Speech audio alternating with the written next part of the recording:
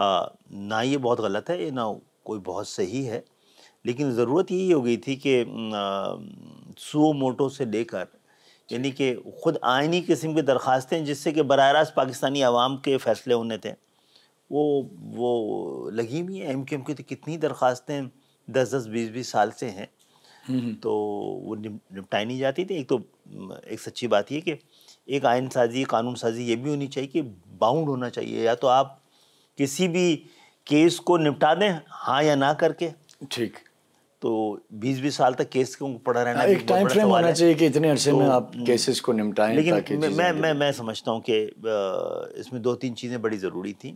بعض اوقات ججز جو ہیں وہ 2-3 مہینے کے فرق کے ساتھ ہی ان کی سینیورٹی ہوتی ہے، لیکن ان میں بعض صورتوں میں اس بات کا امکان ہوتا ہے کہ ایک دوسرے نمبر یا تیسرے نمبر یا چوتھے نمبر میں کوئی بہت ہی قابل آدمی، کوئی آؤٹ آف پروپورشن ذہین آدمی، یا اس کی پوری کیریئر، اس کا کردار ایسا ہو کہ اس کو وقت سے پہلے آنا چاہیے، ورنہ تو یہ اختیار تو کسی کے پاس ہونا چاہیے۔ اب یہ ڈر ہوتا ہے کہ جن لوگوں کے پاس یہ اختیار ہوگا وہ صحیح لوگ ہیں یا نہیں ہیں، تو قومیں اس طرح کے دور سے تو گزرتی ہیں۔ اس پہ بھی کیونکہ کئی ایسے فورمز ہیں، بالخصوص پی ٹی آئی، ان کا بھی وہ زیادہ خوش نہیں ہے کہ 3 ججز کے نام آئے اور ان میں سے پھر جسے سیاح آفریدی کو بنایا گیا، تو گورنمنٹ اس حوالے سے کیا؟ پی ٹی آئی نے بھی اپنے دور میں اپنے لیے جو اس کی سیاست کو سوٹ کرتے تھے وہی فیصلے کیے نا، اس سے الگ ہٹ کے کیا کرتے تو آج ہمیں یہ دن نہ دیکھنے پڑتے۔ ہم نے بھی سوچا تھا کہ 2-3 سیاسی جماعتوں سے نکل کے ایک چوتھی سیاسی جماعت شاید آئی ہے، ٹھیک، تو وہ، لیکن میں خان صاحب سے کہتا تھا کہ بھئی آپ کی جماعت میں تو صرف آپ کو تجربہ نہیں ہے، باقی تو آپ کی پوری ٹیم کو کئی جماعتوں اور کئی حکومتوں کا تجربہ ہے، تو جو اسٹیٹس کو کے لوگ ہیں ان کے ساتھ ہی آپ پاکستان میں جو بھی سیاسی جماعتیں آتی ہیں انہی چہروں کو لے کے چلتی ہیں، اسی طرز فکر کو لے کے چلتی ہیں جناب۔ اس سے الگ ہٹ کے بھی انتظام اور معاملات ہیں، گنجائش ہے پاکستان کی سیاست میں۔ الیکٹیبل تو خود جمہوریت کے لیے بہت بڑی گالی ہے کہ کچھ لوگ ان کو عوام کی ووٹ سے زیادہ والا نہیں کہ عوام جبرن ووٹ دیں گے، ان کی طاقت ایسی ہے، تو ہمیں اس سے نکل کے دیکھنا چاہیے۔ سر 27ویں ترمیم کی اب بازگشت ہے اسلام آباد میں، بات ہو رہی ہے کہ شاید اب اگلے کچھ عرصے میں وہ بھی ٹیبل کر دی جائے گی، اس میں کیا ایسی چیز ہے جو 26ویں ترمیم میں گورنمنٹ سے رہ گئی اور اس کو اب 27ویں میں لانا چاہ رہے ہیں؟ میں اپنے حکومتوں سے کہا تھا کہ چلیں بہت ساری ترامیم جو کہ وقت اور حالات کی وجہ سے، دور کی وجہ سے، اس کے ساتھ کوئی ایسا انتظام بھی کریں نا جس کا براہ راست اثر پاکستان کے عوام تک پہنچے۔ ٹھیک، تو ہم نے ایک اپنا بل جمع کرایا ہوا ہے، وہ بل ہی نہیں ہے، وہ سپریم کورٹ کا فیصلہ بھی ہے، اور سپریم کورٹ کا فیصلہ ہی نہیں ہے، پاکستان کے آئین کا حصہ ہے۔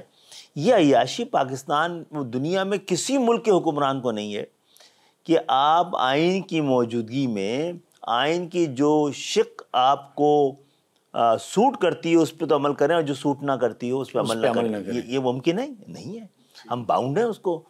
تو آرٹیکل 140 سے پاکستان کے آئین کا حصہ ہے، ہم وہ 18ویں ترمیم میں ڈالا گیا تھا، ٹھیک، تو وہ تقاضا کرتا تھا ایک ایسے نظام کا جو دنیا کے ہر مہذب ملک میں، ہر طاقتور ملک میں، ہر تہذیب یافتہ ملک میں، جینوئن جمہوریتوں میں ہی سب سے موجود ہے۔ دیکھیں، بنیادی جمہوریت کی عدم موجودگی میں جمہوریت کی عمارت کیسی کھڑی رہ سکتی ہے؟ اور نہیں رہی ہے پاکستان میں۔ جاگیردارانہ جمہوریت کو تو بڑی بے شرمی سے ہم جمہوریت کہتے ہیں۔ ٹھیک، تو ہم نے تو، اور یہ نہ ایم کیو میں اسپیسیفک ہے، نہ ہی کراچی اسپیسیفک ہے۔ آپ کا جو مین اس کا کیا اس میں یہ ہے کہ بھائی کیا ریلیف ہے لوگوں کے لیے؟ کیا اس میں یہ کہ جمہوریت کے ثمرات عام پاکستانیوں کی دہلیز تک نہ پہنچیں، تو ایسی جمہوریت کی پاکستان کو ضرورت ہے کیا؟ ٹھیک، تو ایک ایسی جمہوریت جس میں کہ بنیادی انسانی حقوق اور بنیادی انسانی ضرورت لوگوں کو فراہم کی جا سکے۔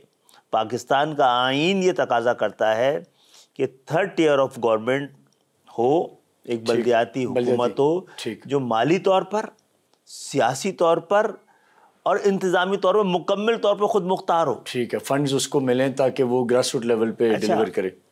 پھر اس میں یہ ہے کہ اس کو بھی تیسری حکومت کے طور پہ تسلیم کیا جائے، اور یہ کہ ایک میئر اپنی مدت پوری کر لے، ٹھیک، تو اس کے بعد آپ ایک الیکشن کے لیے اور دوسرے میئر کے آنے تک آپ ایک عبوری حکومت بنا دیں، چلیں ٹھیک.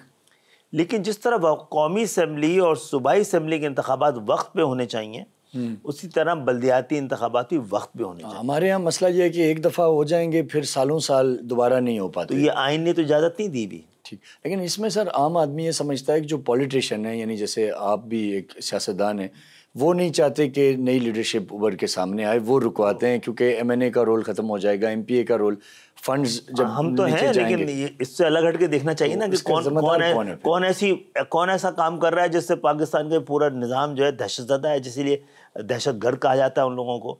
وہ یہ ہے کہ آپ ایسا ایم پی اسمبلی میں بھیج دیں جو موٹر سائیکل پہ جاتا ہو. ٹھیک، تو یہ تو بہت بڑا پیغام ہے پاکستان کے تمام نوجوانوں کے لیے. تم کیوں نہیں جا سکتے جو موٹر سائیکل چلاتے ہو؟ اگر تمہارے پاس ایم بی بی ایس کی ڈگری ہے، تم نے ماسٹرز کیا ہوا ہے، تم انجینئر ہو، تو تم کیوں نہیں جا سکتے ہو؟ اور بھائی ایم کیو ایم تو مستقل رکاوٹ کہاں آ رہی ہے؟ یہ آپ کا رکاوٹ یہ ہے کہ یہ جاگیردارانہ جمہوریت کو سوٹ نہیں کرتا ہے. یہ کہ سندھ کے حوالے سے پرٹیکولرلی بات کریں تو کیا پیپلز پارٹی اس پہ آپ کے ساتھ آن بورڈ آئے گی؟ Peoples Party is very much a part of this feudal democracy.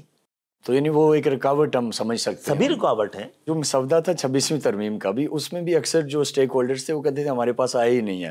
پھر آخری دنوں میں برل کہیں اس کے اوپر بات ہوتی رہی. تو کیا میرا خیال ہے آخر تک کنسنسس ہوا تھا یا واقعی ایسا ہی تھا کہ میرا خیال ہے آخری وقت میں ہی کہ واٹس ایپ تو نہیں ہوا یا تھا پہلے سے؟ نہیں ہوا ہے، لیکن اس کے لیے ٹائم کم ملا. اس پہ نقطہ دانی اور نقطہ چینی آخر تک جاری رہی. ٹھیک. اور دیکھیں ہمیں بھی اتنا مجبور کر دیا گیا ہے کہ ہم نے بھی کچھ معیارات بنا لی ہیں. اس سے الگ ہٹ کے غلط یہ صحیح ہو رہا ہوتا تو ابھی ہم اپنے آپ کو وہ پلیئر نہیں سمجھتے. ہم سمجھتے ہیں ہم بیسک ٹھیک کروا دیں نا پاکستان کا. ٹھیک. جب تک بنیاد نہیں صحیح پڑے گی اس وقت تو عمارت بھی نہیں بن پائے گی. تو ہم تو ابھی بنیاد کے پیچھے ہیں. ایک ضروری چیز جو آپ سے میں جاننا چاہوں گا کہ عمران خان صاحب کے حوالے سے ابھی چل رہا ہے کہ کچھ پس پردہ بات چیت شروع ہو گئی ہے، ڈیل ہو رہی ہے. تو گورنمنٹ کیا آپ کو لگتا ہے کہ اس طرح کی کسی بیک ڈور چینل کے ساتھ آن بورڈ ہو چکی ہے؟ پہلے طے کریں عمران خان صاحب کا معاملہ کیا ہے، عدالتی ہے یا سیاسی ہے؟ عدالتی ہے تو عدالتی طور پہ فیصلہ ہونا چاہیے. سیاسی ہے تو سیاستدان فیصلہ کریں. اب ورنہ اگر معاملہ عدالتی ہے تو پھر بھی ڈیل اور ڈھیل کی کون سی گنجائش بچتی؟ لیکن یہ ایک تاثر بنا کہ بشرا بی بی ریلیز ہو گئیں، علیمہ خان ریلیز ہو گئیں، تو کیسز ان پہ بھی تھے. تو اس سے لگ رہا ہے کہ شاید کہیں کوئی پس پردہ کسی طرح کے کوئی ڈیل ہو. آپ کیونکہ ایک ایسی پارٹی کے سربراہ ہیں کہ یہ چیزیں آپ دیکھے ہیں، آپ ڈاؤن دیکھے. ایسا ہے تو اگر عمران خان صحیح طور پہ کیسز بنے ہوئے اور صحیح طور پہ وہ جیل میں ہیں تو اس کا فیصلہ سیاست کو تو نہیں کرنا ہے، عدالت کو کرنا ہے. ٹھیک. تو عدالت کو کرنے دیا جائے. اور کوئی بیک ڈور ڈیل بھی آپ کے خیال سے اس طرح سے نہیں کرنی چاہیے جب تک کہ کوئی چیز نہیں. پہلے فیصلہ کر لینا کہ معاملہ سیاست کا ہے، ریاست کا ہے یا عدالت کا ہے. خان صاحب کا طرز عمل ہے جس طرح وہ بہت غصے کی، لڑائی کی، جھگڑے کی سیاست کرتے ہیں. لندن میں بھی آپ نے دیکھا چیف جسٹس کے ساتھ کیا ہوا. تو اس پہ آپ کیا ایڈوائز کریں گے، کیا مشورہ دیں گے کہ کیا ایک سیاسی جماعت جب اس کے اوپر کیسز ہوں تو اسے یہی کرنا چاہیے یا کوئی اور طریقہ بھی ہو سکتا ہے؟ کہ لیٹ پاکستانی عوام کو نا موقع دیں کہ وہ اپنے لیڈرز خود چنیں. ان کی جو 26 سال کی اسٹرگل تھی اس کو مثلاً کیا جیسے کہ پارٹی بنانا، الیکشن لڑنا، تو یہ کون سی اسٹرگل ہے جناب؟ کہیں آپ کے ساتھ اتحادی بھی کسی دور میں شاید ابھی تھے نا جب میں ان کے ساتھ میں، تو یہ اس والے دور میں تھا نا. ٹھیک. تو وہ کوئی مختلف سیاسی جماعت نہیں تھی نا. صحیح. اسی طرح بنی تھی. اور میں اس کی جزیات میں نہیں جانا چاہتا کہ جو شہرت تھی پاکستان کو کامیابی ملی تھی 92 کے ورلڈ کپ میں، جن میں 11 یا 16 کھلاڑیوں کا تھا، اس کا سارا بینیفٹ عمران خان صاحب کو تو نہیں ملنا چاہیے تھا. اور شہرت جو ہے وہ مجھ سے کسی نے پوچھا کہ آپ تو میڈیکل ڈاکٹر ہیں اور آپ آئی ٹی کے وزیر بن گئے ہیں، یہ کیسا تضاد ہے؟ میں نے کہا بھائی میری بدنصیبی ہے، مجھے سوئنگنگ جوکر مارنے نہیں آتی تھی، ورنہ کچھ اور بھی بن جاتا، پرائم منسٹر بن جاتے. تو بہرحال عمران خان صاحب بھی اسی ملک کے بیٹے ہیں اور اسی ملک کی طرز سیاست میں ہی کامیاب ہونے کے لیے آئے نا، ورنہ الیکٹیبل کو ساتھ رکھتے کیا؟ ٹھیک. انہوں نے کتنے کسانوں کے بچوں کو عدالتوں میں وہ ایوانوں میں پہنچایا ہے؟ بتا دیجئے مجھے. کسی مزدور کا بیٹا کوئی پہنچ گیا ہو. سیاسی خانوادے ہیں نا ان کے ساتھ, ظاہر الیکٹیبلز ہیں جو سیاسی خانوادے ہیں, سجادہ نشین ہیں, ایسے اور کون ہے جو باقی سیاسی جماعتوں میں جہاں سے لوگ آئے وہی لوگ ہیں نا. ہاں وہ جو ان کے ساتھ ان کی جو پوری ٹیم, پوری ان کی ٹیم جو ہے وہی ہے نا جو مختلف سیاسی جماعتوں کو تجربہ رکھتی ہے اور مختلف حکومتوں کو تجربہ رکتی ہے. تو وہ کیسے فرق لا سکتے تھے؟ فرق لانے والے ہوتے تو پہلے آتا رہتا. ٹھیک سر, ایک چھوٹا سا بریک لیں گے ناظرین. بریک کے بعد واپس آئیں گے اور ڈاکٹر صاحب سے پوچھیں گے کہ کراچی کی جو صورتحال ہے, کراچی کی بہتری کے لیے اس وقت فیڈرل گورنمنٹ میں رہتے ہوئے ایم کیو ایم کیا اقدامات کر رہی ہے. ایک شارٹ سے بریک کے بعد واپس آتے ہیں, ہمارے ساتھ رہیے. ویلکم بیک ناظرین. ہمارے ساتھ موجود ہیں ایم کیو ایم پاکستان کے چیئرمین ڈاکٹر خالد مقبول صدیقی صاحب, اور ہم بات کر رہے تھے پاکستان کی عموماً سیاست پہ اور بالخصوص پی ٹی آئی کے حوالے سے. آخری سوال پی ٹی آئی کو لے کے پھر ہم آتے ہیں کراچی کے اوپر. سر یہ بتائیے کہ جو خان صاحب کا جو طرز سیاست ہے اس وقت کا, کے پی کے سے آپ کے اوپر اسلام آباد پہ یلغار ہو جاتی ہے, باقی جگہوں پہ ہوتی ہے, تو آپ سے میں یہ چیزیں اس لیے پہلے بھی میں نے پوچھی, دوبارہ بھی, کہ آپ نے بھی بڑی مشکلات سہی ہیں اور شاید ان سے بہت زیادہ صحیح ہیں, لیکن آپ کا کبھی اس طرح کے اقدامات ہم نے نہیں دیکھے. آپ کے پاس مین پاور بھی ہے, شاید بہت زیادہ کمیٹڈ لوگ بھی ہیں, لیکن پھر بھی کہیں نہ کہیں ہمیں اس میں اعتدال نظر آیا, صبر نظر آیا. تو خان صاحب کو آپ کیا ایڈوائز کریں گے, ان کی پارٹی کو, ان کے کے پی کے چیف منسٹر کو؟ جناب 14 میں تو کیا تھا انہوں نے, تو اس کو اس طرح کیوں نہیں ڈیل کیا گیا پہلے؟ تو میں نے تقریر تھی 14 میں, لوگوں نے بڑے اعتراض کیا تھا. میں نے کہا بھائی یہ کیسے ہمت کی ہے انہوں نے, یہ پوری اسمبلی یرغمال بنی ہوئی ہے. اس لیے بنی ہوئی ہے نا کہ جو دھرنا تھا 14 والا, ہاں, کہ اس لیے بنی ہوئی ہے نا کہ آپ نے اسمبلی کو مضبوط نہیں کیا ہے, آپ پورے خاندانوں کو لے کے بیٹھ گئے ہیں, آپ نے پاکستان کی عوام کو نہیں ریفلیکٹ ہونے دیا ہے. تو خان صاحب کو سر ایڈوائز اس موقع پہ جب وہ جیل میں ہیں, کہیں ڈیل کی بات ہو رہی ہے, کہیں پس پردہ بات ہو رہی ہے, تو آپ کی ایڈوائز کیا ہے؟ آپ صحیح کہہ رہے ہیں, آپ خان صاحب کو ایڈوائز کی ضرورت ہو سکتی ہے. پہلے تو ہدایت لیتے تھے وہ, صرف نا ہدایت کی ضرورت تھی. آپ ابھی تک اس نشے سے نکلے نہیں ہیں. وہ طاقت جو آپ کو میسر تھی, سہولت میسر تھی, اب نہیں ہے. تو آپ اپنے ساتھ اب جاگیرداروں کو, یہ سجادہ نشیدوں کو, سیاسی خانوادوں کے بجائے عام پاکستانیوں پہ ہاتھ رکھیں. ابھی بھی آپ کے رینک اینڈ فائل میں نظر نہیں آتے ہیں, وہی آپ کے ساتھ کھڑے رہ سکتے ہیں. ایم کیو ایم کیا فیوچر میں, کبھی ماضی میں بھی آپ اتحادی رہے, ایسا ہو سکتا ہے سندھ کے تناظر میں بالخصوص آپ اور پی ٹی آئی آپس میں کسی ایک جگہ بیٹھ جائیں؟ ہم سے بہت سوال کیا جاتا ہے کہ بھائی آپ لوگ جاگیردارانہ نظام کے خلاف بھی ہیں, جاگیردارانہ سیاست کے خلاف بھی ہیں, ان کے ساتھ جا کے بیٹھ جاتے ہیں. تو جناب اس پارٹی سے, ڈیموکریٹ پارٹی سے کروں, ریپبلکن سے ہم اتحاد کریں, اور کبھی غور سے دیکھیے گا نا, جب جمہوریت کو ہماری ضرورت نہیں رہی تو ہم حکومتوں میں گئے بھی نہیں ہیں. اگر ہم 18 میں خان صاحب کے ساتھ کوئی بہت اچھے تعلقات اور اس کی تاریخ تو نہیں تھی نا, ہم نہ جاتے تو حکومت بچانے نہیں گئے تھے, ہم جمہوریت بچانے گئے تھے. ٹھیک, اور ابھی بھی صورتحال یہ ہے. ٹھیک سر, اب آتے کراچی پہ. ظاہر آپ کی پارٹی کا بھی دل کراچی ہے, پاکستان کا دل بھی کراچی ہے, لیکن کراچی وہ ہے نہیں جو اسے ہونا چاہیے, اس کو ڈیولپ نہیں کیا گیا, وہاں فیسلٹیز نہیں ہیں. سمپل سا بات ہے, دیکھیں تاریخ, اس کا ذمہ دار کون ہے؟ تاریخ تو تسلسل کا نام ہے. آپ بتائیے کہ 2008 سے پہلے کا کراچی ایسا ہی تھا؟ اس وقت بہتر تھا, بہت بہتر تھا نا, بہت بہتر تھا. ایمرجنگ سٹیز میں کراچی کا نام تھا. ایگزیکٹلی. اچھا, کراچی کو جتنا ملنا چاہیے اتنا نہیں مل رہا تھا. آپ سوچیں گے کوئی بہت کچھ مل گیا ہو. جو جتنا کراچی ٹیکس دیتا تھا اور جتنا دوسرے بڑے شہر ٹیکس دیتے ہیں, اس کے مقابلے میں تو کراچی کو کچھ بھی نہیں مل رہا تھا. کراچی کو جو ملتا ہے وہ پراپرلی استعمال ہو رہا تھا, خرچ ہو رہا تھا. ٹھیک, کراچی تو بدل گیا تھا. کیا ڈاکٹر فاروق ستار کے دور میں جو میئر تھے کراچی ایسا ہی تھا؟ کراچی بہتر ہو رہا تھا. کراچی بہتر تھا, کراچی بہتر تھا. تو وہ دونوں ادوار جس میں ایم کیو ایم کے پاس کراچی اور سندھ کے شہری علاقوں کے مینڈیٹ کے ساتھ ساتھ اختیارات بھی رہے ہیں, تو کراچی تبدیل ہوا. اس کا مطلب کراچی کا مسئلہ تو حکومتیں ہیں نا. ٹھیک, لیکن کراچی تو آپ کا سر ووٹ بینک بھی ہے, آپ کے لوگ بھی ہیں, اور ایک دفعہ نہیں ملٹیپل ٹائم الیکشنز میں ثابت بھی ہوتا ہے. پھر کیا وجہ ہے کہ اختیارات آپ کے پاس نہیں ہیں؟ آپ کے وہاں سے ایم پیز بھی جیتتے ہیں, نیشنل اسمبلی میں بھی آپ کی نمائندگی ہے, حکومتوں کے ساتھ اتحادی بھی ہوتے ہیں, اور ڈیفینیٹلی فنڈز بھی جاتے ہیں. اختیارات جو ہے جبر کے پاس ہے پاکستان میں مستقل نا, جاگیردارانہ جمہوریت کا حصہ تو نہیں رہے ہیں نا. اور پھر پاکستان میں کراچی سندھ کے اندر 15 سال سے ایک ہی سیاسی جماعت کے پاس اقتدار ہے. وہ اس کے پاس کراچی کا مینڈیٹ 0 اور اختیارات 100 ہیں. سندھ کے اندر 2 طبقے ہیں. ایک سندھ کے بجٹ کا 97% دیتا ہے اور دوسرا خرچ کرتا ہے. اس طرح چلتی ہیں حکومتیں, اس طرح چلتے ہیں ملک, اس طرح گھر بھی چلتا ہے. نہیں چل پائے گا اس طرح. اس کا وے آؤٹ کیا ہے سر, کیسے ہوگا پھر؟ کیونکہ آپ حکومتوں میں بھی جب رہتے ہیں پھر بھی بات نہیں سنی جاتی تو پھر حل کیا ہے؟ کیسے آپ اس کو کر پائیں گے, امپلیمنٹ کیسے کریں گے؟ ہم تو کوئی پیشہ ور سیاستدان نہیں ہیں, تو پھر ہم سمجھیں گے کہ یہ دیکھیں اس کا مقصد ہے کہ سیاسی جدوجہد سے اس ملک میں کچھ نہیں بنے گا. اس کا مقصد ہے ٹھیک ہے 2 ہی 3 طریقے ہیں. ڈیولوشن آف پاور ہونا چاہیے. 18ویں ترمیم ڈیولوشن آف پاور کے لیے تھی, اس میں ایکیومولیشن آف پاور ہوئے ہیں. میں شروع سے کہتا ہوں دھرتی ماں پاکستان ہے. صوبوں کی صوبے بھی ڈسٹرکٹ اور ڈویژنز کی طرح ایک ایڈمنسٹریٹو یونٹ ہیں, وہ بھی آبادی کے ساتھ ڈسٹرکٹ اور ڈویژن بڑھتے رہے ہیں, تو اسی تناسب کے ساتھ صوبے بھی بڑھنے چاہیے. یہ اختیار صوبوں کے پاس کیوں ہے کہ وہ شہروں کے اندر ڈسٹرکٹ اپنی مرضی کی بڑھاتے رہیں؟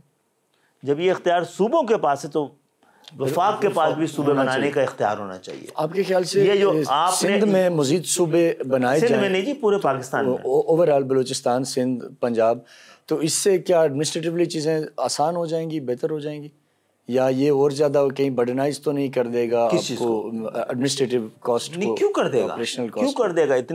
آپ کو اتنے 50 وزیر رکھنے کی ضرورت ہے صوبوں کو؟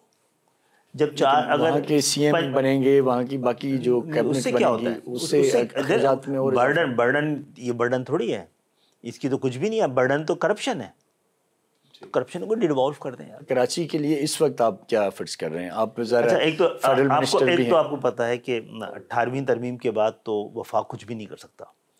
وہاں پہ وہ کوئی فنڈ بھی کراچی کو دینے والا ہوتا تو ایک دم وہاں کی صوبائی حکومت ہنگامہ کر دیتی ہے. اس کے ذریعے پیسے گئے نا, ابھی یہ K4 کے کہاں چلے گئے؟ ٹھیک ہے, تو یعنی جو کراچی کو پیسہ جا رہا ہے اس وقت پیپلز پارٹی کی گورنمنٹ میں, آپ کہہ رہے ہیں کہ وہ پیسہ کہیں زمین پہ نہیں لگ رہا, نہیں جا کے چلے کراچی نہ دیکھیں, لاڑکانہ دیکھنے جا کے, جہاں ان کی وہ ہے, جہاں سے وہ جیتتے رہے ہیں, جو ان کا پہچان ہے. مجھے تو لگتا ہے کہ لاڑکانہ کے 2 ہیں نا, وہ ایک بھٹو خاندان ہے, دوسرا منجو داڑو ہے, تو انہوں نے کچھ منجو داڑی کی محبت میں لاڑکانہ کو کچھ ویسا ہی کیا ہے, ویسا خوب پیسہ لگایا اس پہ. کراچی میں تو 10 ارب نہیں تھے, 100 ارب لگے ہیں لاڑکانہ میں. لاڑکانہ ماشاءاللہ ویسے کا ویسا ہی ہے. آپ کی ایم کیو ایم پاکستان اس حوالے سے پرائم منسٹر کے ساتھ یا باقی فورمز پہ آپ جب بات کرتے ہیں تو آپ کے لیے کیا, اچھا جو آپ کا ایجوکیشن کی بہتری کے لیے, آپ نے جس سے بات کی تھی نا کیا ہو رہا ہے کہ 18ویں ترمیم کے بعد تو وفاق کے پاس وفاقی حکومت ہی ختم ہو گئی تھی. وفاقی تعلیمی جو کچھ 49% آئی تھنک فیڈرل کے پاس اور 53% وزارت تعلیم ختم ہو گئی تھی, ڈیوالو سبجیکٹ تھا, پھر دوبارہ بنائی گئی. ٹھیک, تو اسلام آباد کے ٹیریٹری میں اس کا وہ رکھا گیا, حالانکہ وہ کام بھی یہاں کی بلدیات کے پاس ہونا چاہیے. ٹھیک, تو لیکن پھر میں نے آگے جب غور کیا تو وفاق نے کام تو کیا ہے اسلام آباد سے باہر نکل کے بھی, لیکن اس کا دائرہ کار پنجاب یا تھوڑا بہت KPK تک رہا ہے. ٹھیک, تو اس کا ابھی بھی 60% ریونیو تو کراچی سے آ رہے ہیں نا. تو اب یہ بات تسلیم کی گئی ہے, کیونکہ یہ 15-20 سال سے ایک پائی بھی جو کہ وفاق کا بھی بنتا تھا, حکومت میں ایم کیو ایم بھی رہی ہے اس وقت, اس نے بھی نہیں کیا یہ کام. اب انشاءاللہ کیونکہ ابھی تعلیم کی وزارت ہے, سائنس اینڈ ٹیکنالوجی کی وزارت ہے, تو اس سے اب کراچی بھی مستفید ہوگا, سندھ کے شہری علاقوں بھی ہوں گے. اور وہ کیوں ہوں گے؟ کیونکہ وہیں پر یہ 15-20 سال میں کچھ نہیں لگا ہے, تو وہاں پہ اتنا لگ جائے جتنا باقی جگہوں پہ ہیں, پھر اور باقی جگہوں پہ بھی ہو رہا ہے. اور یونیورسٹیز اوور آل تو فیڈرل ابھی منسٹری کے ہیں پورے ملک میں, آپ ان کو براہ راست دیکھتے ہیں یا وہ بھی صوبوں کے اندر گورنرز کا رول ہے؟ یونیورسٹیز جو ہیں گورنر کے پاس بھی نہیں رہنے دی گئی, وزیر اعلیٰ کے پاس ہی ہیں. تو یونیورسٹی بھی بنانا انہی کا اختیار ہے اپنے اپنے صوبوں میں, صوبائی حکومتوں کا. اچھا, اس وقت گورنر لیکن یونیورسٹیز کا چانسلر نہیں رہے؟ سندھ میں تو کم سے کم نہیں ہے نا. اچھا, یہ تو بڑی نیوز ہے. ویسے عموماً سبھی لوگ یہ سمجھتے رہے ہیں کہ ابھی نہیں ان کے پاس تو پہلے بورڈز بھی ہوتے تھے, آئینی طور پہ گورنر ہی ہے. بورڈز بھی ہوتے تھے. نہیں چانسلر کیا چیز ہوتی ہے, تو بورڈز بھی ہوتے تھے, اس کا تو ایک سیریمونیلی ہاں ایک پوزیشن تو وہ بھی نہیں رہا. بورڈ پہ تو ایکٹیولی وہ ہوتے تھے, وہ نہیں ہے, چینج کر دیا گیا ہے. سندھ تو اب ایک یک لسانی اکائی کا نام بن گیا ہے اختیارات کے حوالے سے, حکومت کے حوالے سے. ٹھیک. تو اب یونیورسٹی لے کے جا ہی نہیں سکتے, آپ انسٹیٹیوٹ لے جا سکتے ہیں یا کیمپسز لے کے جا سکتے ہیں. تو کئی ایسے تعلیمی ادارے ہیں, کراچی کی اسٹرینتھ اتنی ہے کہ وہ ادارے جائیں گے تو ان کو فائدہ ہوگا. کراچی کو تو ہونا ہی ہے, ان اداروں کی بھی اپنے اس میں اسٹرینتھ میں فائدہ ہوگا, ان کو ریونیو بھی زیادہ مل رہا ہوگا, ٹھیک, ان کو ڈائیورسٹی بھی زیادہ ملے گی, ان کو شہر کا جو کارپوریٹ کلچر ہے اس سے آگاہی ہوگی. اگر نیشنل کالج آف آرٹس آئے گا جو 150 سال پرانا ہے لاہور میں, تو کراچی کی ڈائنامکس کے ساتھ, کراچی کی اپنی کارپوریٹ کلچر کے ساتھ ان کے کیمپسز جا سکیں گے, آئی گیس اس طرح ہو سکے. تو آپ ایسی کوئی کوشش کر رہے ہیں؟ جی جا رہے ہیں. اور یہ زیادہ تر خواہش, میری خواہش سے زیادہ ان اداروں کی تھی. پارٹی کہتی رہی ہے کہ سینسز میں ہمیں گنا جائے, مردم شماری ہو. ایگزیکٹ کیا وہاں کی کراچی کی آبادی کیا ہے؟ اچھا کراچی میں گننے کے علاوہ نا, گننے والے بھی وہی ہیں جو نہیں چاہتے کہ گنا جائے. اور یہ کب سے ہوا یہ معاملہ لوگوں کو, یہ کب سے ہوا؟ یہ 70 کے بعد سے ہوا ہے. جو 72-73 میں سینسز ہوئے تھے نا, تو اس کے بعد جو سینسز کمشنر تھا اس کو معطل کر دیا گیا کہ اس نے غلط سینسس کیا کراچی کا. اس نے 63 لاکھ کے کراچی کو 36 لاکھ کا کر دیا تھا. وہ تو اس کو تو ہٹا دیا آپ نے, اس نے بس وہ 63 کو 36 کر دیا, وہ تو آپ نے ہٹا دیا اس کو. ویسے پاکستان میں اتنی بڑی غلطی نہیں تھی کہ اس کو معطل کرتے, اس سے بڑی نہیں, اس کو تو معطل کر دیا, لیکن آپ نے فگر صحیح نہیں ہونے دیا. فگر پھر بھی وہ 36 لاکھ ہی رکھا. تو ہم تو کہتے ہیں جو ٹیکس لے رہے ہیں اس طرح تھوڑی ٹیکس لیا جاتا ہے. وہ کہتے ہیں نہیں جی کراچی اس لیے ٹیکس زیادہ دے رہا ہے کہ پورٹ ہے, سارے ملک کے بڑی بڑی کارپوریٹ اس کے ہیڈ آفیسز ہیں. تو بھائی ابھی جی ایس ٹی وغیرہ جو ہوتی ہے جس میں ابھی آپ ہو رہا ہے, یہ ریٹیلرز ہیں, تو ریٹیلرز تو کراچی میں زیادہ نہیں ہوں گے نا, اتنی ہوں گے جتنی کراچی کی آبادی ہے. لاہور میں اتنی ہوں گے جتنی لاہور کی آبادی, فیصل آباد میں اتنی ہوں گے جتنے فیصل آباد کی آبادی ہے. کسی 1 کروڑ کی آبادی میں 2 کروڑ کے ریٹیلر تو نہیں ہوں گے نا, یا 50 لاکھ کی آبادی میں 20 لاکھ کے بھی نہیں ہوں گے. ایسے ہی تو نیچرل عوام فیصلہ کرتی ہے, جتنی عوام کی ضرورت ہوتی ہے اتنے ریٹیلر ہوتے ہیں. اب آپ نے شاید پورے پاکستان میں بڑی مشکل سے 50,000 ریٹیلرز کو کاؤنٹ کیا ہے اور ان کو رجسٹر جن سے ٹیکس لیا جا رہا ہے. تو جن سے ٹیکس لیا جا رہا ہے, لیا جائے گا, اس میں اس 50,000 میں سے 27,000 کراچی کے ہیں. تو اس کا مقصد ہے کراچی کی آبادی تو پھر 55% ہو گئی نا پاکستان کی, ایسی ہے کیا؟ ڈیفینیٹلی جو اس حساب سے اگر دیکھا جائے تو اس کا مطلب ہے کہ باقیوں سے آپ ٹیکس لینا نہیں چاہتے. ٹھیک, ایک شہر پہ تو آپ جزیہ کہہ دیں نا, اس کو کچھ ایسی چیز کہہ دیں. لیکن سر کیا پاسبلٹی ہے کہ فیوچر میں کبھی کراچی کی حد تک, سندھ کی حد تک آپ Jamaat Islami, P T I, جیسے جی ڈی اے ایک الائنس تھا, آپ سب ایک ہو جائیں اور آپ ظاہر چاہتے ہیں کہ پیپلز پارٹی کو سے کام کروائے جائیں یا فنڈز لگوائے جائیں, کرپشن روکی جائے, تو آپ کو کیسے کرنے کا پلان ہے کبھی؟ 77 سال کے پاکستان میں ایم کیو ایم ہمیشہ تو نہیں تھی نا. 70 میں جماعت اسلامی تھی نا, جماعت اسلامی نورانی صاحب ریپرزینٹ کر رہے تھے نا, تو کیا تھا کراچی خوشحال تھا. ان کا بھی ایک میئر کا بڑا ذکر ہوتا ہے کہ انہوں نے کراچی میں بہتری لائی. وہ تو بات کی بات ہے جی. وہ بھی نعمت اللہ کا نا, نعمت اللہ کا جی. اور پھر بعد میں جو ایم کیو ایم کا آیا اس نے کام نہیں کیا. اس نے کام کیا, ان کے تھے ستار افغانی تھے کہ فاروق ستار نے ان کو بھلوا نہیں دیا. ٹھیک ہے, تو کام کیا ہوگا, ہم نے اختلاف نہیں کر رہے, لیکن کیا ہم نہیں کر سکے؟ ہم ان سے بہتر کہ ہم زیادہ نوجوانوں کو بھیجا نا, زیادہ طاقت کے ساتھ کام, ہمارا تو پورا اسٹرکچر ہے, کر سکتے ہیں. لیکن 85% مینڈیٹ ہمارا ہے, جس کو آنا ہوگا ہمارے پاس آئے گا نا یار. ٹھیک, آپ کے پاس تو کراچی کا مینڈیٹ ہی نہیں رہا ہمارے آنے کے بعد. آپ کو تو بیچ میں جو ملی ہے, نعمت اللہ صاحب کو ملی ہو یا ابھی بھی موقع دیا تھا, ہم نہیں لڑے تو آپ بنے ہیں. ٹھیک, تو ہم آ گئے, واپس آ گئے. تو لیکن alliance greater over all Sindh کی بات کر رہا ہوں میں, کہ ایسا پاسبل ہے کہ کبھی ڈسکس ہوتا ہے, کبھی بات ہوتی ہے؟ وہ تو بھائی ان کو ہم بلاتے ہیں ہر بار. کراچی کے حوالے سے ہم نے 10-15 جو کانفرنسز کی ہیں, جماعت کو تو ہم نے ہر بار بلایا ہے. ٹھیک, اور دوسرے تو وہ نہیں آتے نا. آپ یہ سوال ان سے کرنے کا ہے. اور پی ٹی آئی کے ساتھ لوکلی وہاں آپ کا فیوچر میں ہو سکتا ہے الائنس؟ پی ٹی آئی کے ساتھ ہم نے الائنس کر لیا تھا نا, حکومت میں آ گئے تھے, تو وہ اس کی ناکامی میں اس جو اتحاد کے اندر جو بھی پرابلم ہو, اس میں وہاں کی لوکل پی ٹی آئی شامل تھی. سندھ میں آپ اگر چند بلٹ پوائنٹس میں ہمارے دیکھنے والوں کو سمجھانا چاہیں کہ کیا وہ بیسک ٹول ریکوائرڈ ہیں جس سے ایم کیو ایم پاکستان سمجھتی ہے کہ سندھ کا معاملہ نہیں ہے, پاکستان کا معاملہ ہے جناب, اور پھر پاکستان بدلے گا. دیکھیں سندھ کا معاملہ نہیں, پاکستان کا. سندھ کا معاملہ کیا ہے کہ پورے پاکستان میں ایک وفاقی کوٹہ ہے, سب صوبوں کا ہے. ٹھیک. کیا سب سے کم دیہات سندھ میں ہے ایوریج وائز. ٹھیک. سب سے زیادہ کے پی کے میں, تو کے پی کے میں کیوں نہیں ہے یہ والا کوٹا؟ بھٹو صاحب جیتے تھے نا پنجاب سے, تو ان کو پنجاب کے کسانوں اور مزدوروں سے, دیہی علاقوں سے کیوں نہیں ان کو کوٹا کیوں نہیں دیا؟ ٹھیک. سوال ہے نا بہت بڑا. بھٹو صاحب تو اصل جیتے ہیں پنجاب سے, ٹھیک. تو پنجاب کے کسانوں کے لیے اور کسانوں کے بچوں کے لیے انہوں نے کوٹا سسٹم دیہی اور شہری کا کیوں نہیں لگایا؟ ٹھیک. اور سندھ میں دیہی اور شہری الگ الگ ہے. جی, دیہی اور کیا ریشو ہے اس کا, تاکہ ہمارے ناظرین کو تھوڑا سا آئیڈیا. بڑے غور کی, یہ 1970 71 72 میں لگا ہے نا یہ کوٹا سسٹم. تو اس وقت 3 شہروں کی آبادی 40% تصور کی گئی. 3 شہروں کی آبادی 40% تصور کی گئی, اور سندھ کے شہری علاقوں کے 40% کوٹا تھا, دیہی علاقوں کا 60% کوٹا تھا. دنیا میں سب سے زیادہ اربنائزیشن کراچی میں ہوئی ہے, کسی ایک شہر میں ہوئی ہوگی نا. ٹھیک. تو ابھی تک 40% کا ہی کوٹا ہے. پہلی بات تو یہ ہے. پھر ہم نے عمران خان صاحب سے معاہدہ کیا تھا کہ ایک عدالتی کمیشن بنائے وہ, کہ ان 50 سال میں دیہی اور شہری کوٹے پہ کتنا عمل ہوا ہے. ٹھیک.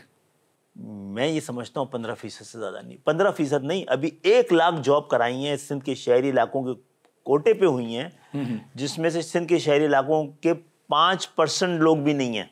ٹھیک. جعلی ڈومیسائل سے بنی ہے. دیہی علاقوں میں زیادہ جا رہا ہے, آپ یہ کہنا چاہ رہے ہیں؟ بے ایمانی سے جا رہا ہے نا. 60% تو جا ہی رہا ہے, باقی ہمارا 40% بھی لے کے جا رہے ہیں. ڈومیسائل کراچی کے ہیں, بٹ انیشیلی جو ہے وہ تعلق کسی اور اربن ایریا سے. جعلی طریقے سے بنا ہے, کیونکہ ڈومیسائل بنانے والے بھی کراچی میں, سندھ کی کراچی کے نہیں ہے نا. تو وہ آپ بلٹ پوائنٹ بتا رہے تھے کہ کیا پوائنٹس ہیں آپ فنگر ٹپ پہ؟ کراچی حیدرآباد کے لیے نہیں ہے, وہ پورے پاکستان کے لیے ہے. وہ یہی ہے کہ پاکستان میں جس کے پاس جہاں جتنا مینڈیٹ ہو وہی اختیار ہو. پھر اس پارٹی کے بعد تو سندھ کے شہری علاقوں کا مینڈیٹ کبھی بھی نہیں رہا. جس زمانے میں 70 میں بھی جیتے تھے, سندھ کے شہری علاقوں سے نہیں جیتے تھے وہ. ٹھیک ہے. دوسرا یہ ہے کہ پاکستان میں بلدیاتی نظام ہونا چاہیے, مکمل طور پر خود مختار, آئینی اس پہ, انتظامی طور پہ, مالی طور پر اور سیاسی طور پر, جیسے کہ پوری دنیا میں ہے. آپ یہی کر دیں تو بہت ساری چیزیں خود ٹھیک ہو جائیں گی. ہم نے ٹھیک کر کے دکھایا ہے نا جب یہ بلدیاتی نظام ایم کیو ایم کے پاس رہا ہے. اور یہ کہ کوشش کی جائے کہ آپ کو یہ جمہوریت کافی نہیں ہے پاکستان کے لیے, جو آتی ہے جاتی ہے. پاکستان میں, پاکستان کے ایوانوں میں کسانوں کی نمائندگی کسانوں سے کروائیں, مزدور کی نمائندگی مزدور سے کروائیں, طالب علموں کو بھیجیں, اور پاکستان کی عوام کی نمائندگی ہونی چاہیے, خاندانوں کی نہیں. بہت بہت شکریہ سر آپ کے قیمتی وقت کا. ناظرین, ہمارے ساتھ موجود تھے ایم کیو ایم پاکستان کے چیئرمین خالد مقبول صدیقی صاحب. بڑی تفصیل سے ہم نے بات کی, پاکستان کے سسٹم کی بات کی, 26ویں ترمیم کی بات کی, اور سندھ میں اور بالخصوص کراچی جو کہ پاکستان کا اکانومی کا ہب بھی ہے, پاکستان کا دل بھی ہے, اور ایک ایسا شہر ہے جس کی ایک بڑی تاریخ ہے, وہ کیوں زب و حالی کا شکار ہے, وہ بہتری کی طرف کیوں نہیں جا رہا. ان تمام چیزوں کے اوپر ہم نے بات کی. اور سب سے امپورٹنٹ جو ڈاکٹر صاحب نے تفصیل سے اوورآل ایک سینیریو پیش کیا, جو ڈپرائیویشن کا, یا جو ایک کراچی کی جو آبادی کے اندر جو خدشات ہیں ان کا بھی انہوں نے اظہار کیا. آپ کی رائے کا انتظار رہے گا. اپنے میزبان ڈاکٹر عرفان کو اجازت دیجیے, تب تک کے لیے اللہ حافظ. پاکستان پائندہ باد.